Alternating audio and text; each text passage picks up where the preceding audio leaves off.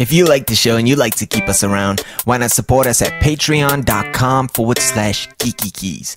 For as little as $1 or more a month, you can get access to things like early episodes and much, much more. Simply go to patreon.com/Geekykeys and click on Become a Patron. That's patreon.com/Geekykeys.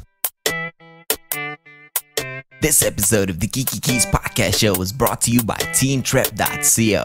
Teentrep.co is an online social and business club where young innovators develop their commercial and leadership skills and build businesses of their dreams. Check out the newest addition to the Teentrep roster called Trepper Box. Trepper Box is the newest subscription box service created by certified instructors, teachers, mentors, and stylists, and features today's latest and greatest business, educational, lifestyle, and fashion goodies. So visit teentrep.co today and use the offer code FIRSTBOX and the number 10 to receive 10% off your first order. Visit teentrep.co today.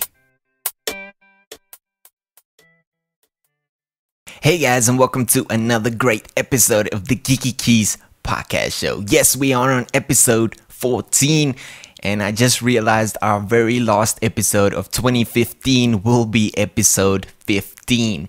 Yes, very ironic. That is coming on New Year's Eve, so don't miss out on that one.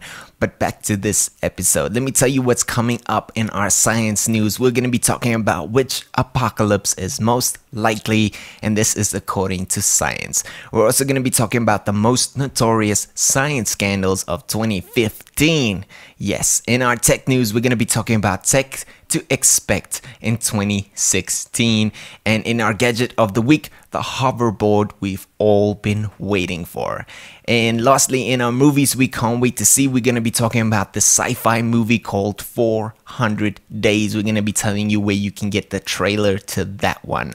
So yeah, we got a full show coming up. I will see you straight after this.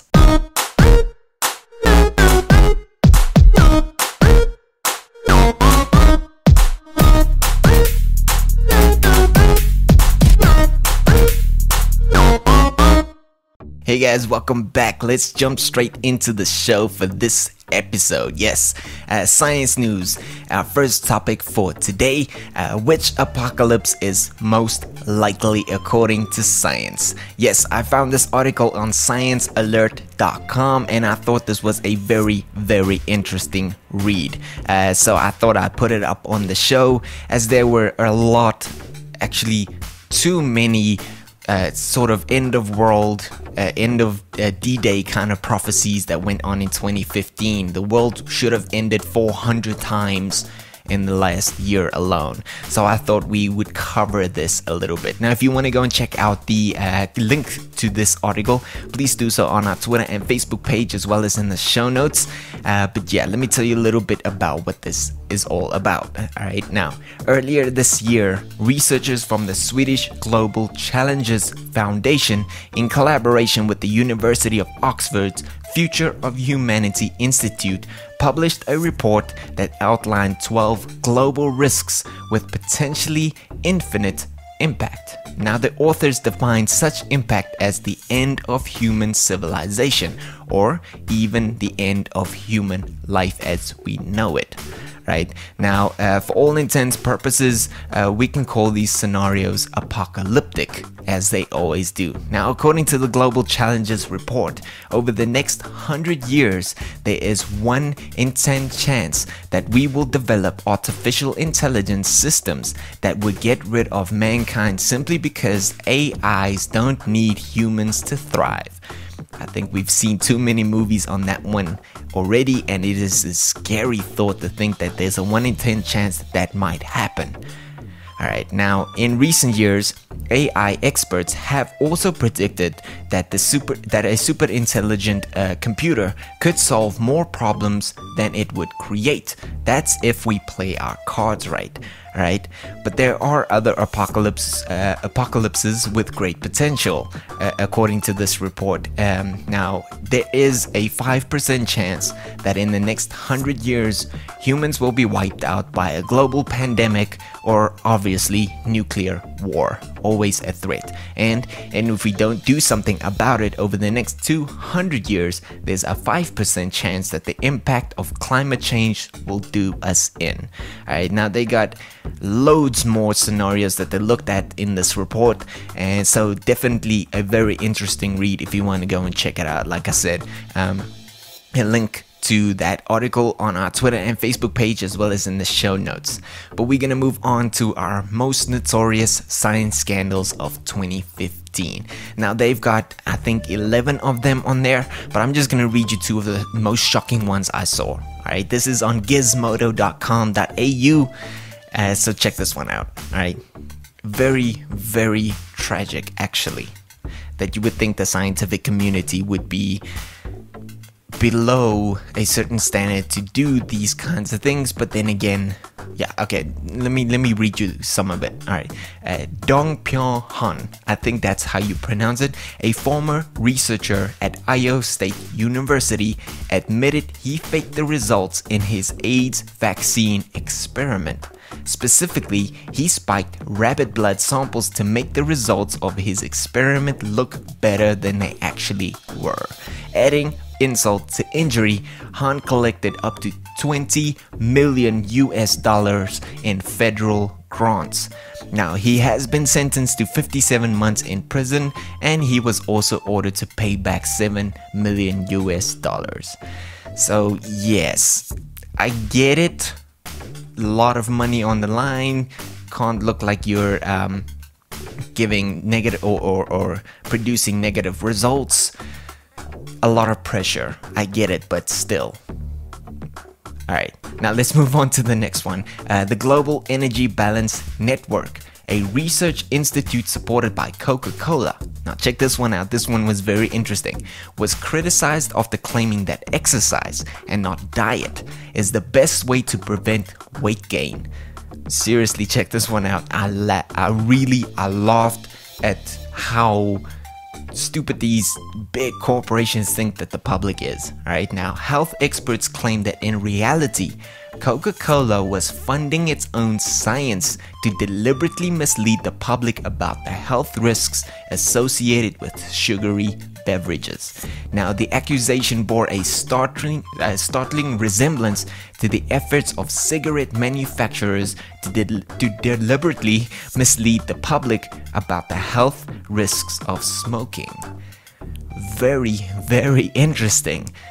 And to think that Coca-Cola could be in the middle of it, but then again, kind of saw it coming, right? Alright, now go check out that article. I'll be putting it on our Twitter and Facebook page, as well as in the show notes. Definitely an interesting read. Some of them very, very shocking. Others very, very funny. But yeah, let's move on to our tech news. We'll be talking about the tech to expect in 2016. Now, they got a video up that's from cnet.com, talking about everything that you can expect the tech companies to release or give us in 2016. So definitely go and check out the video. I'll be posting a link to that video on our Twitter and Facebook page, as well as in the show notes. But let me tell you a little bit about what happens in the video, what they tell us to expect in 2016. Now, in the video, they talk about Facebook's Oculus Rift and HTC bringing out some new virtual tech, as well as Microsoft's HoloLens also being released next year. So that's very interesting. Energis has developed their wireless charger that allows you to wirelessly charge your phone as soon as you walk into your home, which I think is a very cool one. They show you how they set it up and everything, how the actual device is, the chip that the device comes on is actually smaller than a quarter. So that's very, very cool to know. So basically, it looks like we have some awesome tech coming in 2016, but I guess we will have to wait and see when and how much the tech will cost, obviously. So yeah, let's move on to our gadget of the week. And this one I am very excited about, and I'm sure you are as well. The hoverboard we have been waiting for. You have to go and check out the video for yourself as well. It's also on cnet.com. All the links to all the articles on our Twitter and Facebook page, as well as in the show notes. but definitely go and check this one out. Now, it is called the Arca board. The hoverboard comes from Arca Space Corporation, a company specialized in aerospace vehicles for private spaceflight. Right? Very interesting. Now, the board is powered by a set of batteries running 36 electric duct fans. Alright, now the contraption packs 272 horsepower.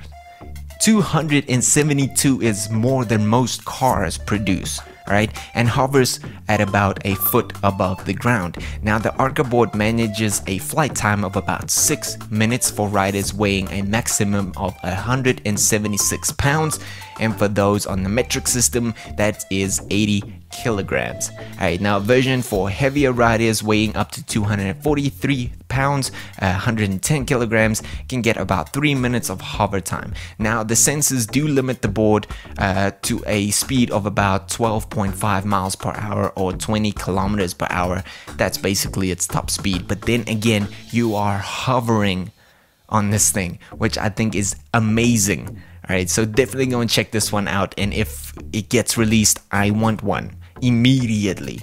Right, I think you feel the same way about that too. But let's move on to our movies we can't wait to see, and we'll be talking about the sci-fi movie coming out in January called 400 Days. Yes, now this is on movieinsider.com. Definitely go and check out the trailer. It looks amazing, right? Dan Cook is in there even, and he's one of my favorite actors of all time. So definitely go and check this one out. Now, let me tell you a bit about what the plot is of this movie. A psychological sci-fi film centering on 4 astronauts who are sent on a simulated mission to a distant planet to test the psychological effects of deep space travel. Locked away for 400 days, the crew members' mental state begins to deteriorate when they lose all communications with the outside world. Alright, now if they are forced to exit the ship, and they discover that their mission may not have been a simulation after all.